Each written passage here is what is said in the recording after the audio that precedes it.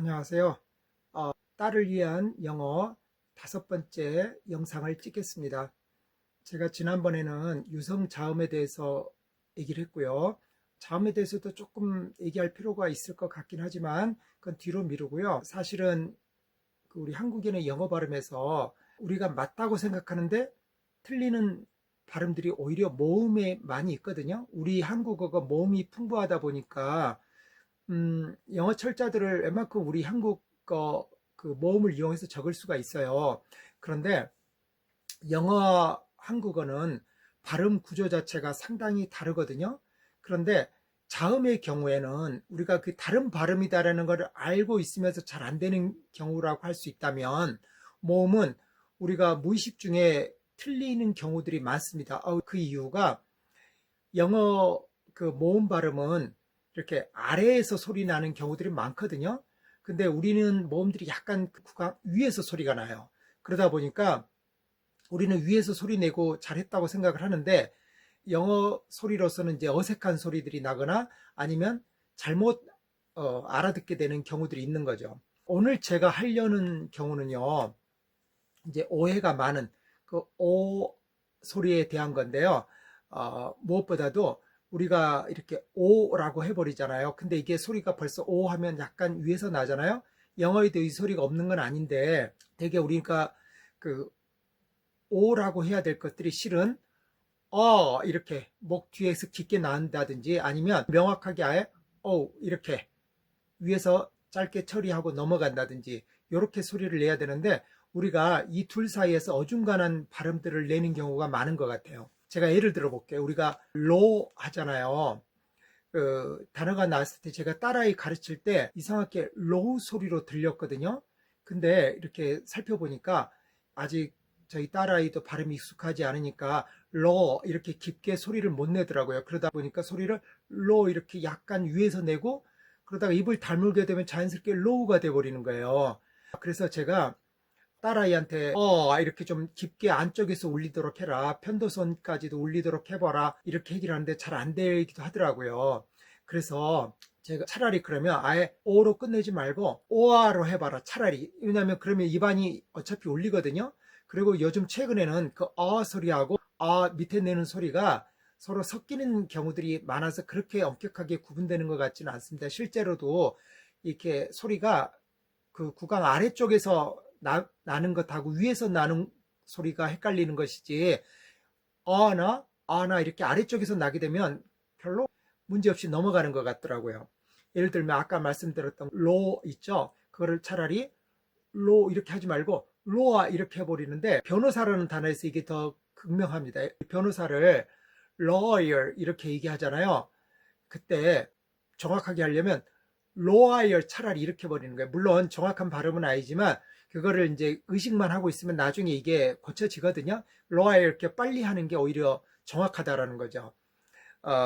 그리고 제가 lawyer를 가르치다 보니까 sawyer가 뭐였지 하는 생각이 들더라고요. 탐 사웨어의 모음이 유명하잖아요. 근데 저도 당연히 어렸을 때 한국에서 영어를 배운 사람이고 하다 보니까 sawyer 이렇게 생각했다거든요. 근데 벌써 제 발음만 들으셔도 sawyer 하면 약간 sawyer 하는 느낌이 들어요.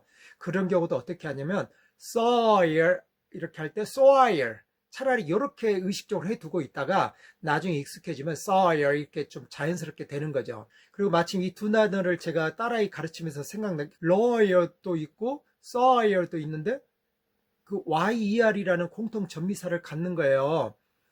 그 생각을 해보니까 이게 직업을 뜻하는구나라고 알게 됐어요. 제가 확인을 해보니까 yer도 직업을 뜻하는 전미사예요.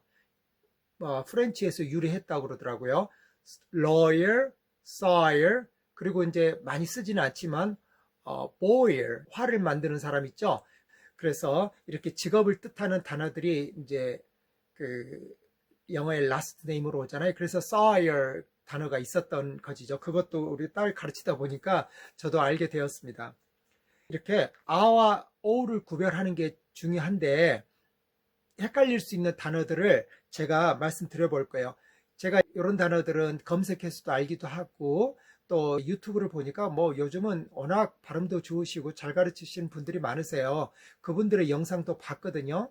그 영상도 제가 링크를 걸어두겠습니다. 먼저 발음이 나는 철자들을 제가 알려드릴게요. 영어에서 이렇게 발음하고 철자를 연결해서 가르치는 거를 파닉스라고 하더라고요. 그게 왜 필요하냐면 미국 아이들은 당연히 발음을 먼저 배우고 언어를 먼저 배우잖아요. 그 다음에 철자를 나중에 배우잖아요. 그런데 미국 아이들도 처음에는 이렇게 소리는 하나인 것 같은데 왜 이렇게 철자들이 많고 다양한지 헷갈릴 수 있는 거예요. 그래서 그런 것들을 좀 체계화시켜서 발음과 철자를 연결시켜서 가르치는 것을 파닉스라고 한대요. 저도 저희 딸아이 가르치면서 그 영어 발음이 이제 좀 제각각인 면이 있어가지고 요런 소리가 나는 거는 어떤 철자들이다. 그러면 요 철자들을 계통을 세워서 쭉 나열을 하고 한꺼번에 뭉텅이로 기억을 해두면 좋잖아요. 그래서 저도 그렇게 많이 했었고요. 특히 요즘에는 인공지능이 그걸 너무 잘해줘요. 제가 오늘 준비하면서 좀 더 확인을 했는데 예를 들어서 이 발음기호 있잖아요. 이 발음기호를 내는 철자들을 모아달라 하니까 너무 이렇게 잘 모아주는 거예요. 그리고 제가 소개드린 영상들에서도 간간히 소개됐던 것들이고요. 제가 제시를 해드리면 소리가 나는 철자들은요, A하고 L 이렇게 되는 철자들이 있죠. 대표적으로 그냥 있죠. 그게 그 소리입니다. 그 다음에 A, W인 경우가 있는데 방금 제가 말씀드렸던 lawyer, sawyer 이게 이런 경우죠. 그리고 A, U 철자도 그 소리를 내줍니다. 우리가 너무 잘 아는 오토 있죠. 근데 오토도 오토로 발음만 하면 되고 오토 이렇게 해야 되거든요. 자동차 쇼를 하면 외래어가 많이 들어와 가지고 오토쇼 그러잖아요. 한국인인 저도 그게 당연히 편하게 들리고 저도 사실은 그렇게 부지불식간에 발음을 하거든요. 근데 토 이렇게 해야 맞는 거예요. 앞에 AU는 어를 해야 되고요. 뒤에 TO는 토 이렇게 해야 되는 거예요. 영어에서 우리가 생각한 O가 단독으로 쓰이는 경우는 없거든요. 스펠링은 O라고 해서 우리가 O라고 적기 쉽지만 실제 발음될 때 우리 O와는 먼 소리들을 내게 돼요. 그래서 그런 점 주의해야 되고요. 그 다음에 또 소리를 내는 게 그 OUGH 이런 철자에서 그 소리들이 나오거든요. 예를 들어보면 bought 있죠. buy의 과거형 bought 이렇게 발음해 줘야 되는데 이거를 얼핏 철자만 보면 bought 할 수도 있잖아요. 근데 실은 이제 bought 단어가 아예 따로 있기 때문에 혼선이 초래되는 것이죠. 이제 마지막으로 WA로 시작하는 단어들이 그 소리를 내줘요. 대표적으로 water 이런 단어잖아요. water 해도 되고요. 이게 소리가 나는 단어들입니다. 이렇게 5개 경우에 이제 말씀을 드렸었는데요. 그렇다면은 구한말에 아학편에서는 소리를 어떻게 인식했나 이걸 좀 살펴봤거든요. 그분들은 그때 그 영어에 대한 고정관념이 약하실 때잖아요. 그래서 소리를 듣고 그거를 제대로 표현하려고 애쓰셨다고 생각이 드는데 과연 그렇게 됐는지 몇 개 좀 확인을 해봤는데요. 근데 되게 보니까 소리를 표현을 못하고 예를 들어서 복모음으로 소리만 내도 좀 가깝잖아요. 근데 그렇게는 안 하고 우로 처리를 해버리더라고요. 예를 들면은요, daughter 이게 소리를 내줘야 되는데 발음 표기를 한 거 보니까 daughter 이렇게 우 소리로 내더라고요. 되게 그렇게 소리를 내고요. 몇 개 더 있습니다. 뭐 하는 것도요. 보울 이렇게 하더라고요. 허 있죠? 허를 표기한 거 보니까 하울 이렇게 했더라고요.